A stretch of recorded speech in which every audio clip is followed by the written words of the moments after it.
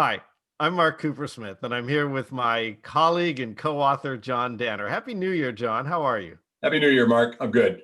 We're the guys that wrote this book, The Other F Word, How Smart Leaders, Teams, and Entrepreneurs Put Failure to Work.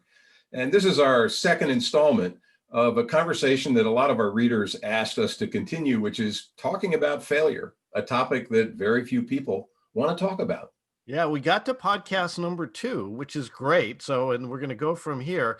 Of course, John and I don't mind talking about failure. I mean, after all, we wrote the book about it. And the secret behind this, of course, is that inside those failures are oftentimes the insights, the new information that you need to fundamentally be successful in the long run. So each installment will take a failure. There's so many to choose from every day. And chat about it a little bit. And we'll, over time, welcome your ideas and suggestions as well as ones you think you might like us to talk about. But mine this week is unavoidable. It's what happened last week in Washington, D.C. on Wednesday. To me, this is a failure on a macro level. Hard to overstate its significance. And there are so many different failures in the middle of this. It's almost a constellation of failures, a converging combination of small and big failures. But the one that I wanted to particularly focus on is Donald Trump's failure to acknowledge his own failure in winning an election last November. So we've got failure on top of failure on top of failure here. Very, very much so. And each one has a kind of multiplier effect on the previous ones. But in this case, I think Trump's reaction, his denial, his rejection of the original failure in the election led to a mistake that a lot of leaders who are not like Trump, but make the same fundamental mistake. Instead of owning up to the failure, they cover up the failure. And when you are in the mode of covering up a failure, you in effect are beginning a lie. Now, in Trump's case, it's a very big lie that the election was fraudulent, et cetera, et cetera. What that does is it not only poisons the environment, but it postpones the day of reckoning and increases the stakes once that reckoning happens. Because the thing about cover-ups, not only do they tend to lead to bigger and bigger cover-ups, but they tend ultimately to collapse, if not explode. And I think that's very much a dimension of what we saw in Washington on last Wednesday. I don't know how you saw that, Mark. Yeah, so it's interesting. And one of the things that we try and do in this podcast is to deconstruct what happened. And we often will refer to the failure value cycle, our 7-step cycle that helps you deconstruct failures, figure out what the insights were, and then move forward from there. And for me, if I want to apply the failure value cycle to this particular instance, when Trump lost the election, what he didn't do, he'd been continuing this narrative of voter fraud. But what he didn't ultimately do at that moment, which is a key step in our failure value cycle, is pause and reflect what really happened, what the voice of the people were, and then put in place a reasonable policy, a reasonable strategy to move forward. So after you reflect, then you rebound. And he just continued to, I wouldn't even say rebound, he bounced back and forth, but he was continuing that same narrative.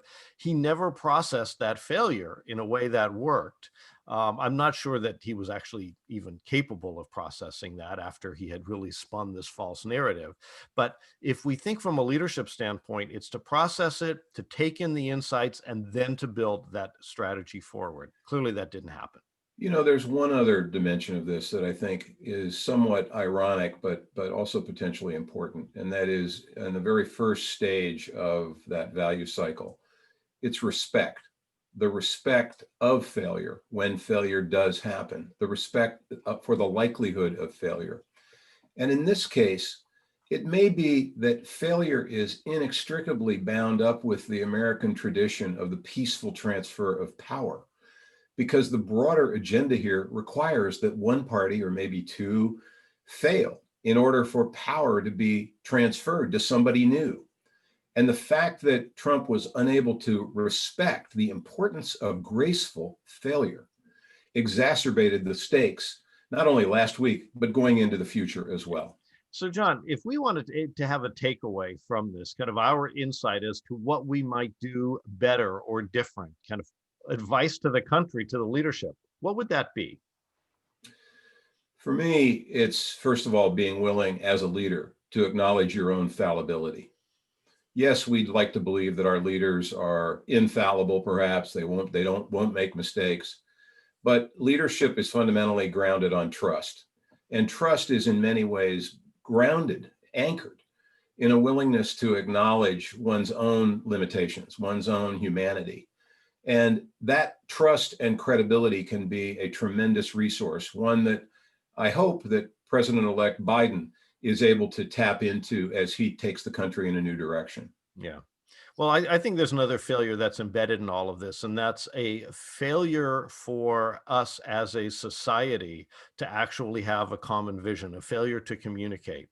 And for me, my big hope and the way that we reflect upon it, the way President-elect Biden reflects upon this, and I think it's been in part of his message, is that we need to heal as a country, that there needs to be more understanding. And if we process that in the right way, that maybe we can build common ground once again. And of course, my hope is that America ultimately emerges from this stronger than ever, that democracy fundamentally prevails in the long run, although it's certainly a trying time for us. So, Mark, what's your failure? We don't have a whole lot of time left, but what's your failure? So my failure is these have been existential failures. My failure is the rollout of the vaccine. We were supposed to have more than 20 million doses in the United States already in arms by the first of the year. And I think we're at 6 or 7 million as of the date we are taping this on the 10th or 11th of January. So we've had a fundamental failure. The vaccines are there, but to go ahead and administer it. And for me, when I take a look at this, it's, there's all sorts of finger pointing that goes on. We can take a look at the challenges that have existed, especially during these past few weeks where a lot of things have shut down, as we've identified already.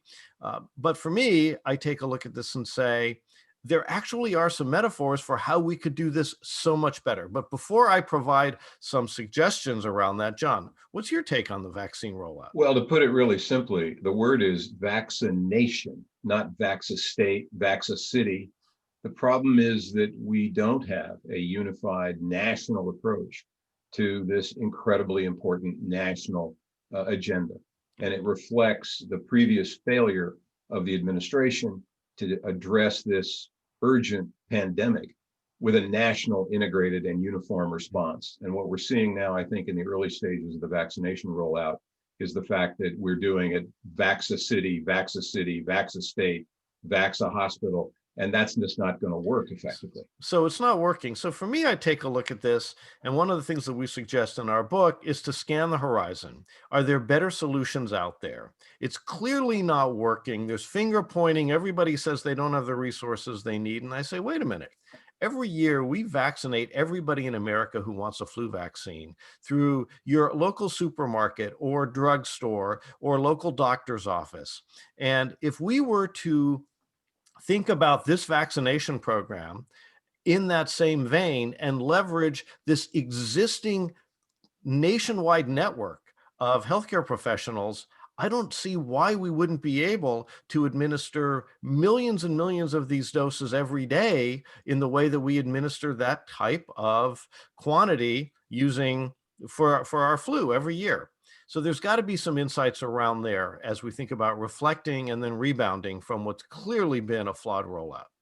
Yeah, and if there is a silver lining here, it is the fact that we have a vaccine to actually begin vaccination with. So there's a success embedded in this rolled out failure in the making, and one can only hope that in the next few weeks and months ahead we begin to dramatically accelerate the penetration, pardon the pun, of those vaccines into the arms of And I'm going to take another pun. So exactly, the penetration, I like it. Well, whether it's mental, emotional, political, or physical, let the healing begin because we really need it. All right. One last thought before we sign off. John, when we wrote our book, we did a lot of research around New Year's resolutions. And as we put this as we broadcast this, tape this at the beginning of 2021. Many of us have put together our New Year's resolutions, and we also know that more than 80% of New Year's resolutions fail. And that's why we use many of those same resolutions year after year. What are some insights that you might share with us that came out of the research we did about how to improve your odds of success? Well, it turns out, I'll just share one with you. It turns out that, ironically, sharing one with someone else may help you improve your own odds of success in carrying out that one resolution that might mean the most to you. But however you proceed, we wish you well this year. We'll be back in our next installment. Mark, see you later. Happy New Year. Looking forward to seeing you in podcast number 3.